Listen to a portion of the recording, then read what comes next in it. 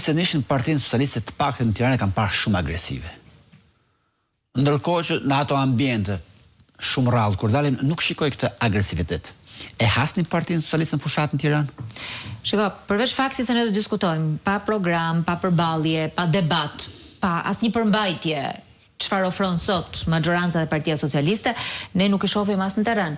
Janë kthyer portretet e kandidatëve socialist vetëm në fletpalosjet lëna poshtë dyrëve.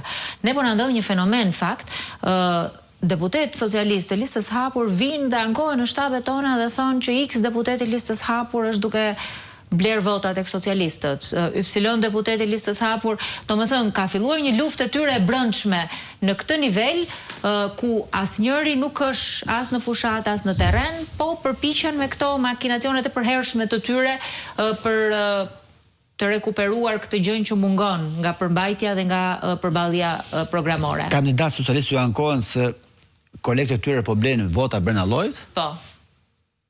Ankohen. Dhe unë jam në një zonë elektorale ku kam 3 deputet të majtës përballë dhe vinë dhe ankohen për njëri tjetrin që X deputet është duke bler vota tek të majtët. Para se Antoni të bëj pyetje, sot në fakt më fusni pak insertin, është një spot